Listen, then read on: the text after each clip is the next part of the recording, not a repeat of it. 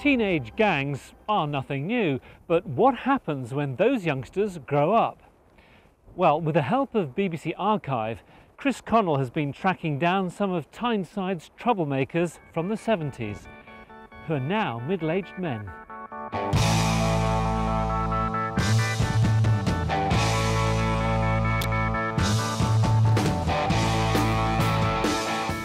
Put it this way, they would give us a really walking hour, hiding and all that, so it'd be the same to them. You know, there's bottles, knives, you name it, they'll use them.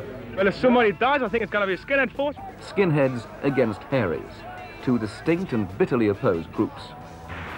Skinheads like the Scotswood Aggro Boys on the one hand, with their uniform styles of checked shirts, big polished boots, Crombie overcoats, and close-cropped hairstyles, grown slightly longer for the winter.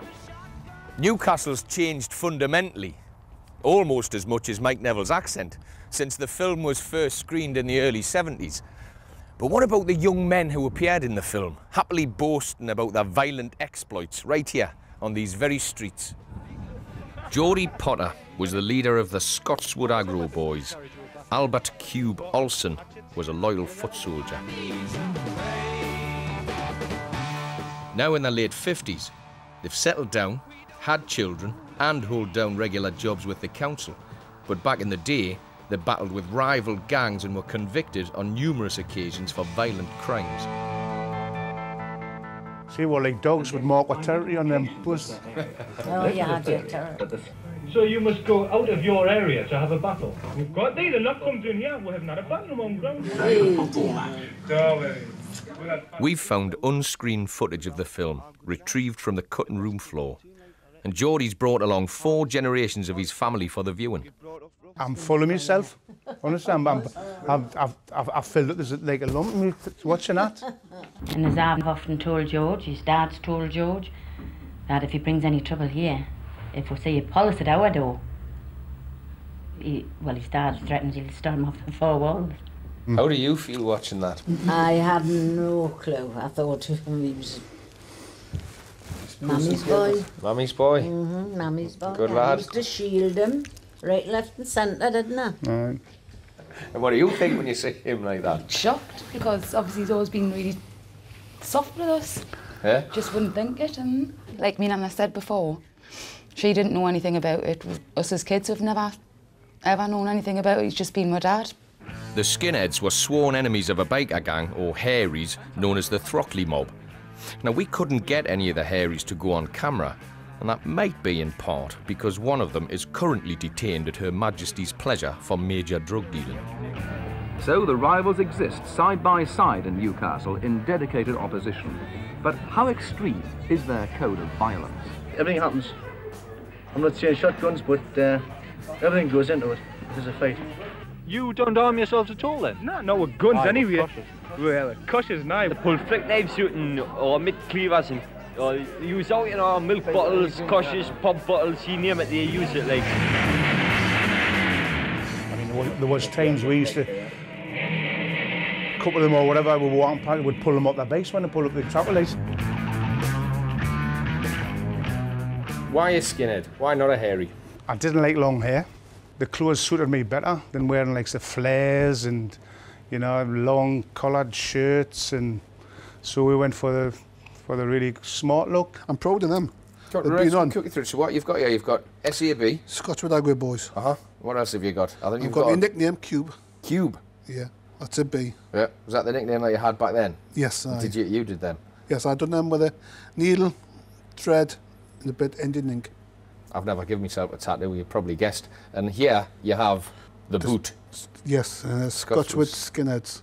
Why a skinhead? I think it was just the music type. I don't like rock music. I like reggae. And as Geordie was saying, the Liquidator. It was like a signature tune. It was, because we would go to certain bars and we'd put the Liquidator on, and everybody would get up and start singing and dancing. You know, where we'd go diddle diddle diddle diddle dit dit dit dit. We gone Scotswood, and then that was the. Would smash the bar up. Tables would go up, and people would be rolling out the bars, and would be. That's what happened. 40 years on, it might sound like a bit of a laugh, But the reality was that the streets of Newcastle were being terrorised by gangs of marauding youths. And it wasn't just skinheads fighting Harries. We hit a big lamp, hit Wrighton, hit nearly all the crews, New Biggin, we hit New Biggin. And all hit us, you know what I mean? But we've got a better name, you know what I mean? We're hardos. Of course, when trouble does break out, it's the police who've got to deal with it. So they, more than anyone, know just how extensive the violence actually is. Fighting was just part of it, which has gone on since the year dot. So you just dealt with it as part as perhaps the expression being the meat and potatoes of the job. Arthur Mackenzie is better known now as a scriptwriter for film and TV, but he spent the 70s in uniform. He says the worst violence was on the football terraces. You'd be standing outside the Strawberry or Gallagher or whatever it was, just waiting for trouble to come. And I think it was described to me as you knew what was coming, and you had to deal with it, and your stomach was turning over like nutty porridge.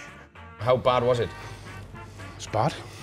There used to be some naughty things going on, and some naughty battles, and there used to be one time you would be fighting New Biggin Hole lot or Big Lamp lot, and then if there was anybody else to fight, we'd just start fighting each other.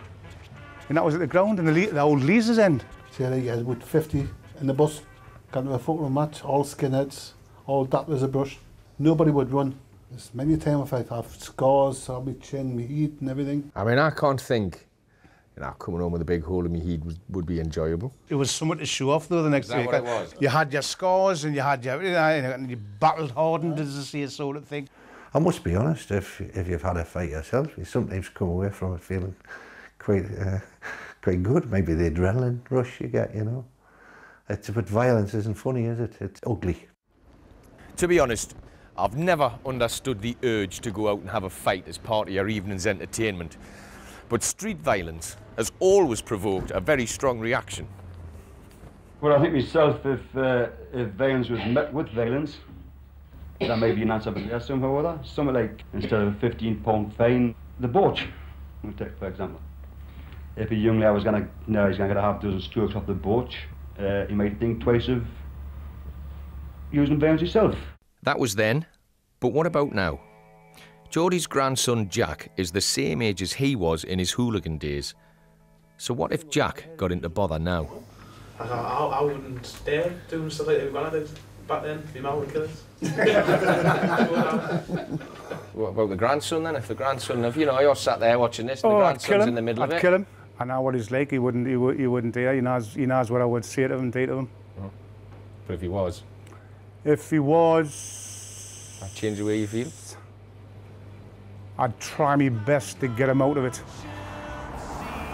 I honestly believe Geordie when he says he wouldn't want his grandson doing the things that he did.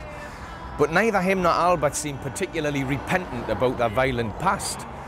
But now they're older and theoretically wiser, surely, given that time again, they would do things differently. I wouldn't change anything. No? No. Not a thing? Not a thing. I'll go back tomorrow, me, to them days. Yeah? Aye. What it's like to feel these feelings. We had great times. It was good area, good fighting. There's a few of them what's not here anymore. I'll have a drink with them later on, the absent friends and what have you, but they were all good lads. And they were all stuck by each other. We just had a great time, laughing in it. So, were you a gang member or maybe just a bystander? Either way, I'd love to hear from you. You can tell me your story via my blog. There's something wonderfully nostalgic about these old road signs, but I've discovered there are lots of gems from the golden age of motoring still around.